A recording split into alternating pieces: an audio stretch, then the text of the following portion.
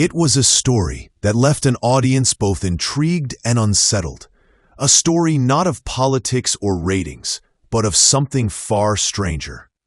Former Fox News host Tucker Carlson, known for his sharp political commentary and polarizing opinions, took to the stage in White Plains, New York, and shared a personal experience that blurred the lines between belief and the beyond.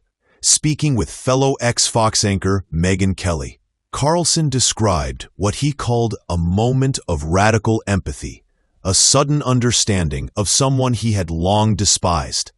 But what began as a tale of compassion took a chilling turn when he claimed to have been visited by a dark, demonic force that very night. It was an account that sent ripples through the crowd, part confession, part mystery, and perhaps a reflection of how deeply personal faith and fear can intertwine in the modern age. The scene unfolded inside the packed Westchester County Center, where hundreds had gathered for Kelly's live podcast tour. The crowd, lively but disciplined, radiated a kind of devotion typical of conservative media followers. Button shirts, "Make America Great Again" caps, and that unmistakable air of political camaraderie.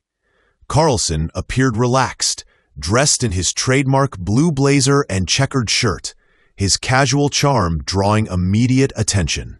Kelly, in a bold red pantsuit, introduced him with flair, declaring, "He's back, and he is bigger than ever." Yet beneath the applause, curiosity hung in the air. What had really happened on that quail hunting trip? What was this story about empathy and the strange, supernatural aftermath that followed?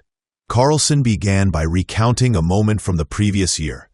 During a quail hunting trip, he said he had suddenly found himself overwhelmed with an unexpected feeling. Not anger or judgment, but deep, almost divine empathy toward someone he had considered despicable. It was, in his words, a flash of understanding so profound it felt like a revelation.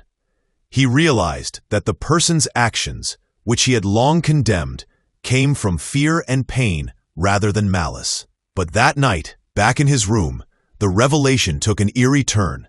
Carlson claimed that he awoke abruptly at 2:30 in the morning, gripped by an intense primal fear. When he sat up, he noticed 3 claw-like scratches across his ribs. Marks, he said, that did not match his own fingers. The audience gasped, some skeptical, others captivated. The scratches, Carlson explained, were more than just a mystery. They were, to him, a spiritual warning. "I don't believe in coincidences," he said, his voice steady yet contemplative. It was evil, not metaphorical evil, but real physical evil. He claimed that the experience had shaken him so deeply that he turned to the Bible that same night, searching for meaning in verses about demonic possession and spiritual warfare. The next morning, he confided in his wife and one of his producers. Together, they concluded that what had visited him wasn't a nightmare or a hallucination, but something darker, something intent on punishing his moment of compassion.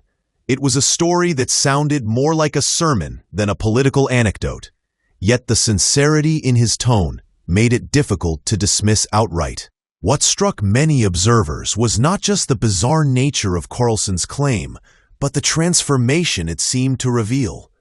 Once known for his cutting sarcasm and unwavering skepticism, he now spoke with an air of spiritual vulnerability.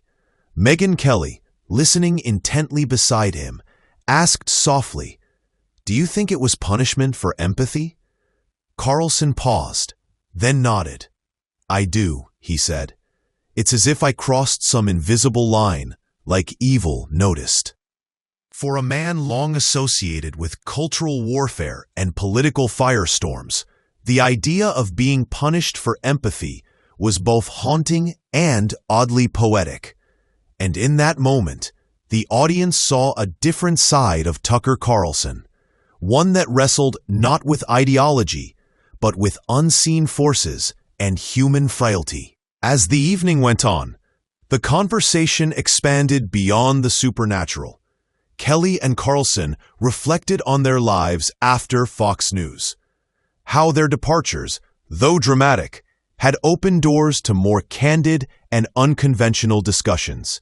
Without corporate oversight, they said, they could now explore taboo topics. The influence of OnlyFans on modern relationships, political corruption, and even conspiracy-laden questions about technology and truth. At one point, Carlson referenced his earlier podcast episode that questioned the mysterious death of an OpenAI whistleblower, a claim that drew a cautious public response from Sam Altman, the company's CEO. These topics, combined with the eerie story of the claw marks, painted a portrait of a man unbound by traditional journalism, unafraid to wander into the unknown. But not everyone in attendance was entirely comfortable with Carlson's new direction. Among the crowd were Mindy and Jim Berard, a couple from Pleasantville who had come primarily to support Kelly. "We're fans," Mindy said, "but we were hoping for something uplifting, maybe about the future of the movement." The recent election of Zohran Mamdani as New York City's new mayor had left them disheartened. "It's disturbing," she added quietly. For them, the evening's focus on demons and spirituality felt unexpected, perhaps even unsettling. Yet others saw it differently, as a sign that conservative discourse was evolving, shifting from political grievance to existential reflection. In a polarized nation, even conversations about faith had become political currency. Analysts observing Carlson's trajectory say this shift may be deliberate. His storytelling, part confession, part performance, blends populist rhetoric with spiritual undertones, appealing to audiences seeking meaning in a chaotic media age. To his supporters, he's becoming a truth-teller, unafraid of confronting both earthly and unearthly powers. To his critics, it's yet another reinvention, a calculated blend of mysticism and provocation. Yet regardless of intent, the effect is undeniable. Carlson's narrative now reaches beyond politics, tapping into something older and more primal, the human fear of darkness and the search for divine protection. It's a formula that keeps audiences talking, questioning, and perhaps believing. As the event drew to a close, Kelly thanked the crowd and exchanged a final, knowing glance with Carlson. The applause was thunderous, yet tinged with unease, as if the audience couldn't quite decide whether they had witnessed a confession, a revelation, or a parable for modern America. Carlson left the stage smiling faintly, his story lingering in the minds of those who heard it. Was it truly a demonic attack? A manifestation of guilt? Or the mind's way of reconciling empathy with ideology? Whatever the answer, one thing is certain. Tucker Carlson remains one of America's most enigmatic voices, unafraid to confront the extraordinary in his pursuit of truth. And in an age where belief and doubt constantly collide, that alone may be his most haunting legacy of all.